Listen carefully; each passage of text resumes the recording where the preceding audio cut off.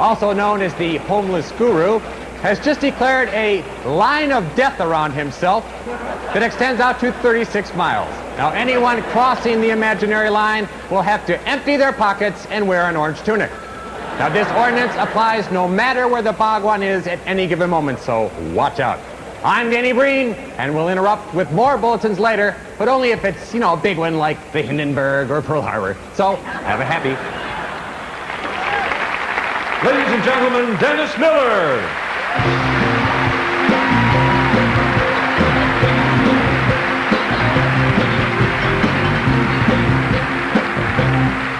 Thank you very much. As hard as it is to believe, we've reached the midway point in the evening's activities, and so nice to be here. It's been a long day.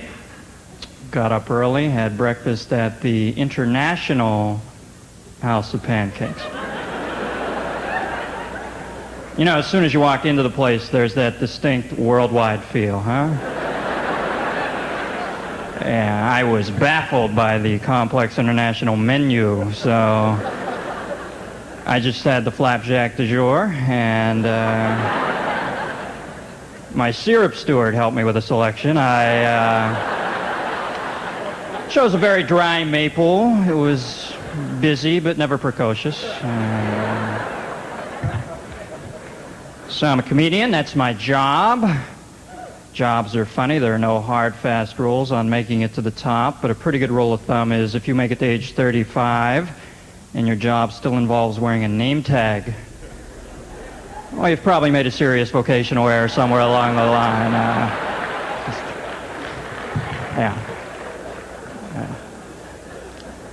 I think the easiest job in the world has to be coroner. Surgery on dead people. A lot of leeway there, huh? What's the worst thing that could happen? If everything went wrong, maybe you get a pulse, So I flew in from New York this morning. Whenever I travel, I go by plane. I don't trust trains. I never have. Even as a young boy, I was skeptical. I remember those old movies where somebody would get on the train, halfway through the journey, they'd reach up above the window, yank down on that cord. Yeah, I don't think I ever want to be on any form of mass transit where the general public has access to the fucking brakes. I'd hate to find out we went off the tracks at 200 miles an hour because Gus thought he saw a woodchuck. So, what's new in the world? Manson had a parole hearing a few weeks back. Showed up with a swastika gouged in his forehead. Yeah, what better way to signal the board that you've pulled your personal thing together? Reagan, our president, 77 at the end of this next term, 77, and he has access to the button. My grandfather's 77. We won't let him use the remote control for the TV set, okay?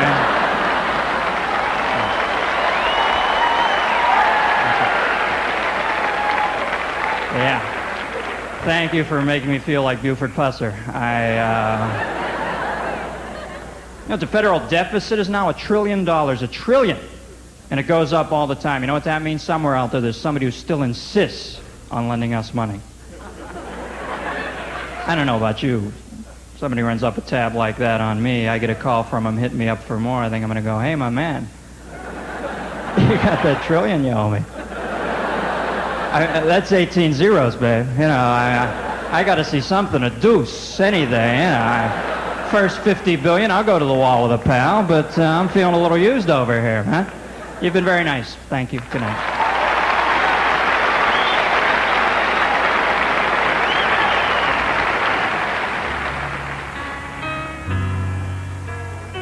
When you look at a child, what do you see? Hope? Promise? A simplicity that touches your heart? Winter's cold, summer's hot. But for some children, life isn't simple or beautiful. On Skid Row in L.A., you'll find 1,000 children under the age of 12.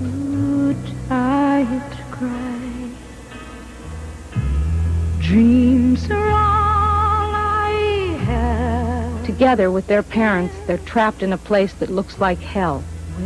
A place where everyone feels condemned. Most of these children don't go to school. They don't have any friends. And they don't feel at home in welfare hotels or temporary shelters. You don't know how it is unless you've been here. There's people looking at you and you don't have your privacy. I'm not used to people watching me. I'm used to just being able to eat and not having someone stare at me while I eat. I know I'm not a grown-up, but it's kind of like I have to be one for a while until we get out of here. Then I can go back to being a kid. What these children need are clean homes to grow up in, safe areas to play in.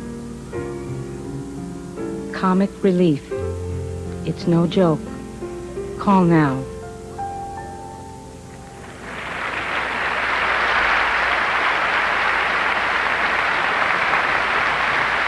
Welcome to Bobcat, Bob Goldthwait.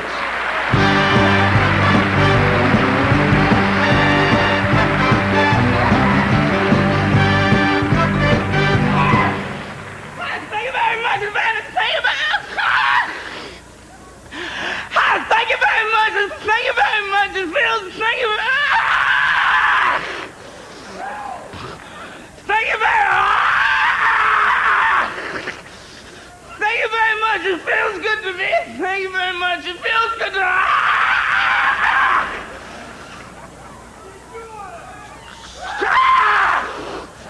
Thank you very much. It feels good. Scott Bale is the Antichrist. Thank you very much. What about my wife? My wife is so fat. My wife is so fat. She's real fat.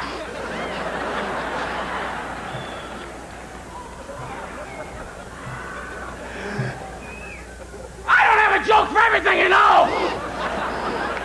See, thank you very much. It feels good to be here tonight.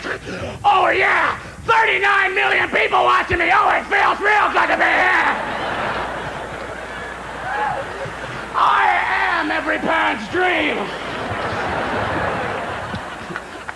Hi, is your daughter home?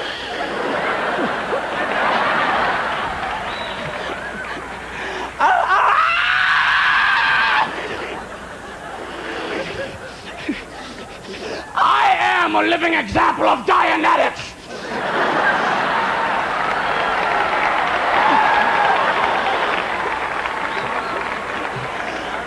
Charlie Weaver, Wally Cox, Paul Lynn, dead. Apparently there's something a little bit more mysterious about the secret squares than they had led you to believe.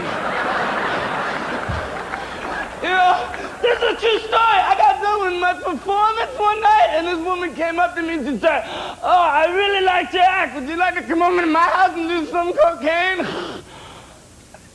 Yeah, I'm the guy you want wired in your apartment.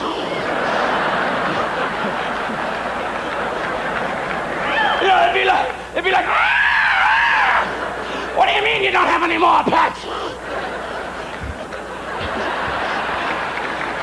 I've gotta explain to you what is going on here. First of all, I don't want to be here. I lost my job.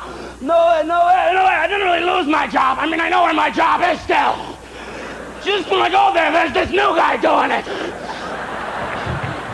Okay, look, I'm really nervous, and I didn't want to do the show, and then, I was getting ready to do the show, and I remember that, a lot of people, you know, they sing better in the shower because they're more relaxed. Well, I think I'm a little bit funnier in the shower because I'm more relaxed. So, could you give me my shower?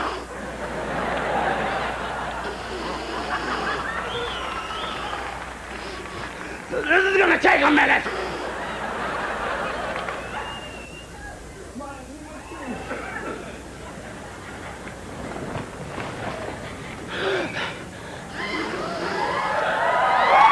Shut up!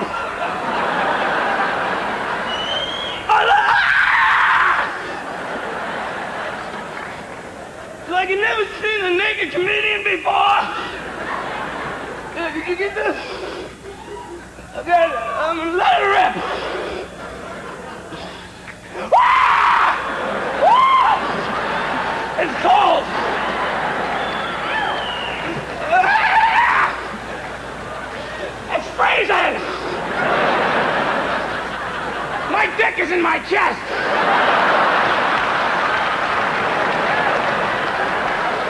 Yeah, you're gonna see that on Entertainment Tonight.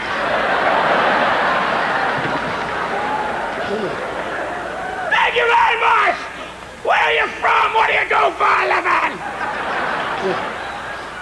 Do you remember when you? Do you remember my wife is so fat. I said I didn't have a wife. God damn it. Do you remember when I look like Marty Short? Do you remember when you were a kid and you'd make shampoo horns?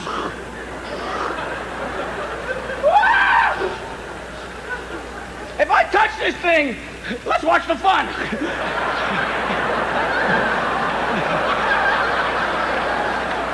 I want some more money. I'm gonna grab this thing. This could suddenly become a benefit for my girlfriend. No way, I lost my girlfriend.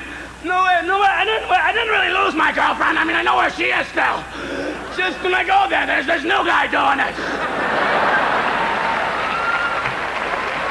I've gotta go. Good night. Bye. Woo, my nipples.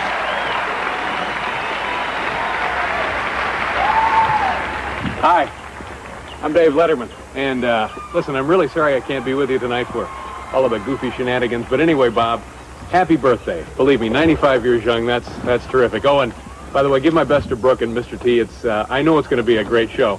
Now, the deal on us, NBC has us out here in the wilderness. It's kind of a, programming retreat, and we're here to toss around ideas on how we might deal with the threat of cable television. Some threat, huh, boys? Yeah, we're real scared. Hey, Dave, you know what I love the most about cable? It's the bill that you get from them every month. Paying for TV. Yeah. Isn't that a nice kind of a concept? I love it. Chris, do you ever get to watch cable TV? I do. I've seen Iceman 26 times. It made me laugh, but it also made me think. Yeah, and of course, Paul Schaefer here and Chris Elliott. Hello. And also with us on the trip today is NBC News anchorman Tom Brokaw. By the way, Chris, where's Tom? He's hanging back a little bit. He said something about chafing. I think he has the same problem on the nightly news, doesn't he? I don't work the news. Yeah. Okay, listen, we got a full day of hiking ahead of us, so we're gonna get on with it right now. Chris, do me a favor, just for like a couple of miles. You mind carrying this stuff? Sure, Dave. I'll grab it. All right, because I have that lower back thing. Oh, I understand. I was at the driving range a couple of days ago. I understand. I put like 2 buckets of balls in it. Sure. They're not completely. Sure. Chris, Okay, can you get great. mine too? Sure, Paul. Be a dear. For you. Thanks a lot, Ray.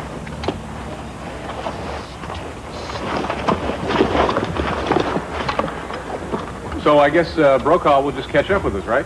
Yeah, we'll just go on ahead. Okay.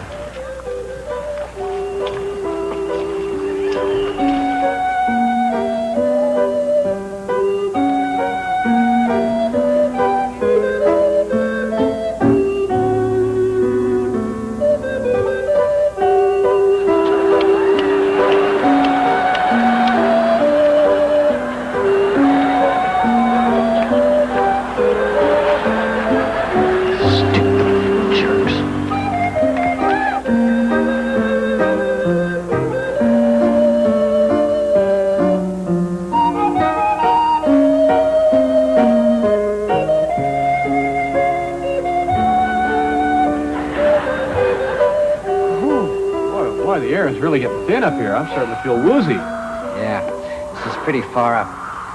Gee, if something were to happen to the two of us up here, we'd be finished. Rescue teams probably wouldn't find us for weeks. I wonder who'd host the show. Come on, Paul, that's nonsense. Stop talking like that. You give me the creeps. Yeah, Paul. Don't give us the creeps.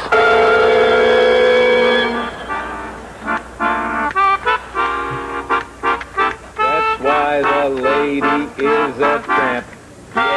Yeah. Nice job. Hey, Chris, what are you doing over there? I'm I'm digging for clams.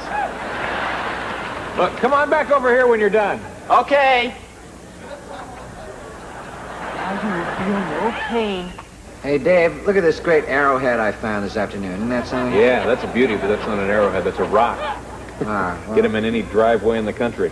there's no use in lugging all these around. Yeah. You get any clams? No, I didn't, Dave. They weren't biting. Oh. Hey, Paul, nice arrowhead. Ah, thanks. You know, Chris, Paul, and I just been sitting around singing our favorite songs, and you have one you want to try by the campfire? Well, no, but I have a story I'd like to tell the two of you. Okay, Yeah. great. All right. Well, once upon a time, there were two hunters that came up this way, and they were hunting for bison. Nope. No. Bison never really left New England. Well, they were hunting for any wild dog, really. Oh. But then there was this awful noise, and they were never seen again. Isn't that awful? Hey, Chris, isn't that Brokaw's ring you got on there? Why, yes, it is, Paul. Thank you very much. Ooh, I am Bush. Boy, it's getting late. What, about 7:45 or something? Chris, do me a favor. Scrub out the pots, scrub out the pans, and douse the fire before you turn in. Oh, sure. Oh, and one other thing. Skin up those beavers, okay? Yeah. We'll have them for breakfast. Listen, Chris. Yeah. My golf cleats got a little muddy. Can you let me take care of that? Yeah, sure. I'll Thanks fix a that lot, up right away, Chris. Paul. Don't worry. Good night. Okay, I'll be right in. Okay. Okay.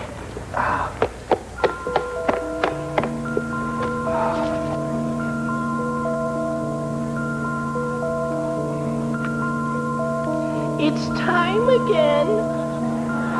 I did what you told me to do. I did.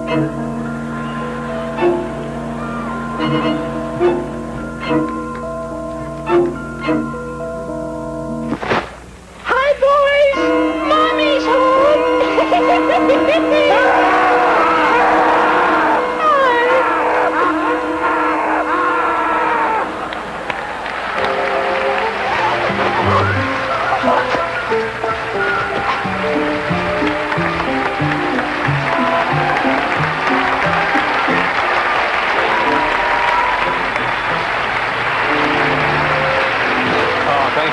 Thank you very much, everybody. Thank you so much. We certainly hope you enjoyed our little skit tonight as much as we have enjoyed presenting it to you.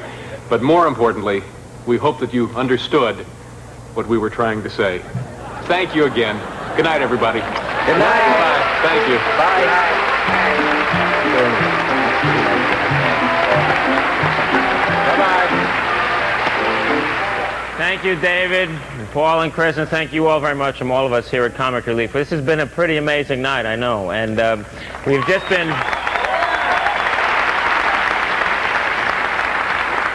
I know, I'm getting such knockers, man. It's unbelievable, and I mean that. We have just been informed that your calls have been coming in so fast and so furious that we've had to enlist the aid of volunteers from the toll-free Presbyterian Church who took the time out from their rehearsal for the upcoming Easter services just to help us out. All right.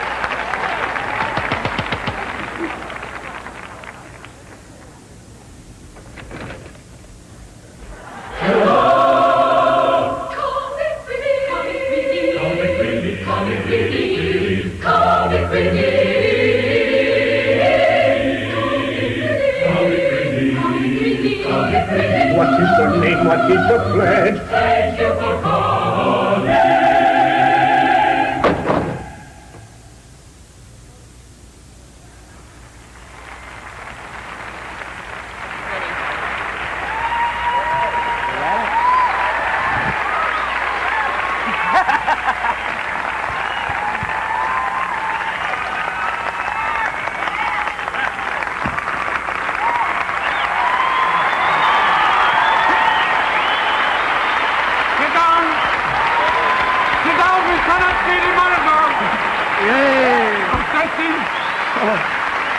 Well, Nancy and I, thank you. I'd like to thank you.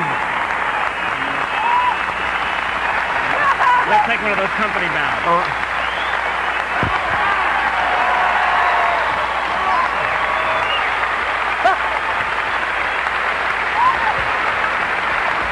Sit down, people. Sit down, sit down. Thank We you. want to thank Chris of all, we'd like to thank you very much because you stuck it out. Thank you very much. These people here, right on. Yeah. Thank you.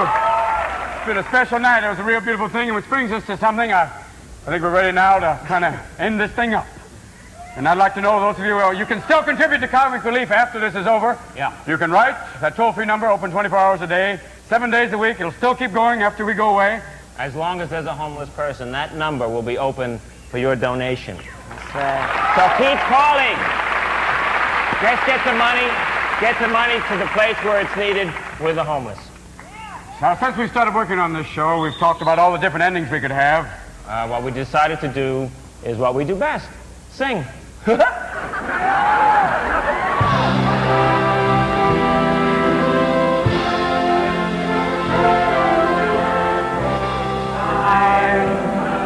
When the world is split in half and you seem to be knee-deep in grief, there comes a time when you sure could use a laugh. That's the time when we all go comic relief.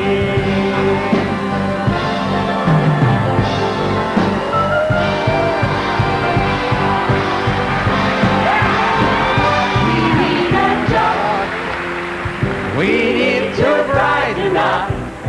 We need a way to say we're gonna change our luck. We need a lift. We need a lift. We need to lighten up. We need a way to say that life don't really suck. We need a joke. We need to brighten up. We need a way to say we're gonna be just fine. We need a lift. We need a lift. We need to lighten up. We're here to fill your life with laughter line by line. You know, the last girl I made love to, I said, was it good for you? She said, you know, I don't think this is good for anybody, Gary. Because he wanted to see time fly. The woman who drove me to drink, and I never did have the courtesy to thank her for it. When they ship styrofoam, what do they pack it in?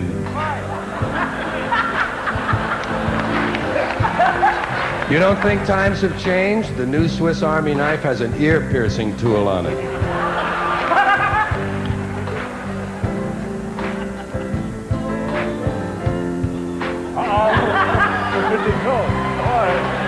All right, I'll take it. If it weren't for pickpockets, I'd have no sex life at all.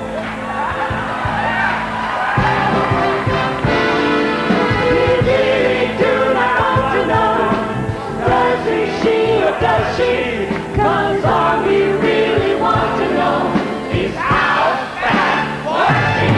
I tell you, she was so fat she had more chins than the Peking phone book. She was so fat that when they pierced her ears, gravy came out. She was so fat she put on a yellow dress, and 30 school children, they tried to board her. You little cockers. Oh, she's so fat and when she sits around the house, I don't get it! I don't get it! She was so fat, she wore Orson Welles designer jeans.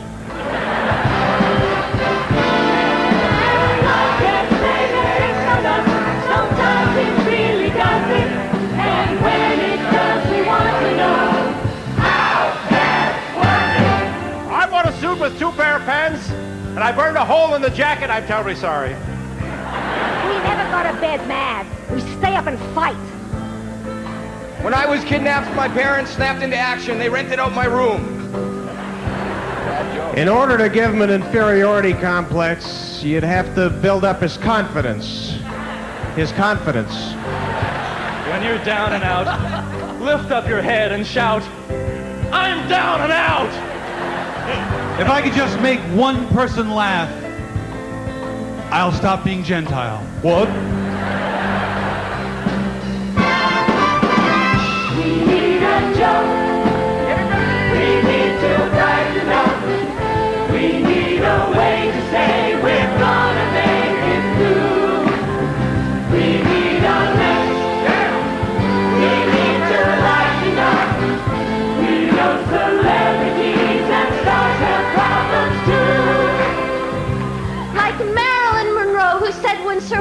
matzo ball soup. Is that the only part of the matzo you can eat? Like Ronald Reagan, who said, "I'm not your typical politician. I don't know how to lie, cheat, and steal. I always had an agent for that." Like Miss Piggy, who said, "I may be a little bit have an eating problem, but I never eat more than I can lift." Like Tallulah Bankhead, who said, "I am as pure as the driven slush." Like Dorothy Parker, who said, "One more drink and I'll be under the host."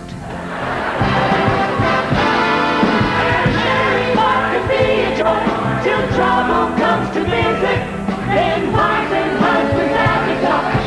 How tough is it? Take my wife, please. In Russia, when you say, "Take my wife, please," you get home, she's gone. I like a woman with a head on her shoulders. I hate necks. My husband is so short he has to undo his fly to blow his nose. Mi esposa está tan fea que cuando ella usa feminine hygiene black flag. I lost 120 ugly fat pounds. I divorced my wife. Then there are jokes to people tell, where thinking can be fuzzy. You wonder who can be that dumb. How dumb was he? Why did a chicken stay on this side of the road? Because he was too chicken. Say, James, when the agent swam by, why didn't the shark eat him? Professional courtesy, Mac? My sister married an Irishman. Oh, really? No, O'Reilly. So tell me, how old is your car? My car is so old, the clock on the dashboard is a sundial. Tell me, do you smoke in bed? I don't know. I never looked. Did you know? Do you know what Imelda Marcos said to Ferdinand Marcos? I can't believe Spielberg didn't get the nomination! You know what you call a comedian who doesn't get laughs? A philosopher.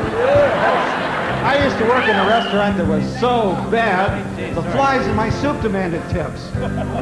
Finally, the line of death. I just read Gaddafi's biography, Gone with the Windbag.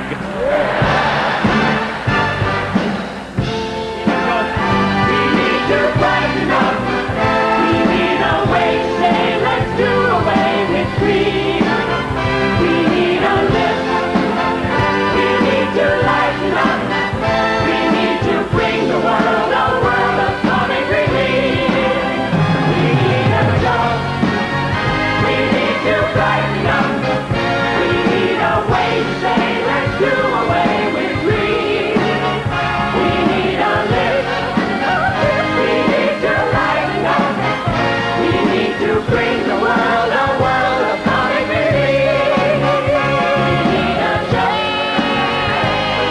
We're brighten up. We need a way to say, let's do away with greed. We need a lift. We need to lighten up. We need to bring the world a world of comic relief. HBO is proud to have brought you this special live event to help America's homeless. Comic Relief. And there's more big-name entertainment coming in the months ahead, with stars like Liza Minnelli, Whitney Houston, Bob Dylan, Howie Mandel, George Carlin, Billy Crystal, and Robin Williams, all here on HBO. And now, stay tuned for more coming attractions.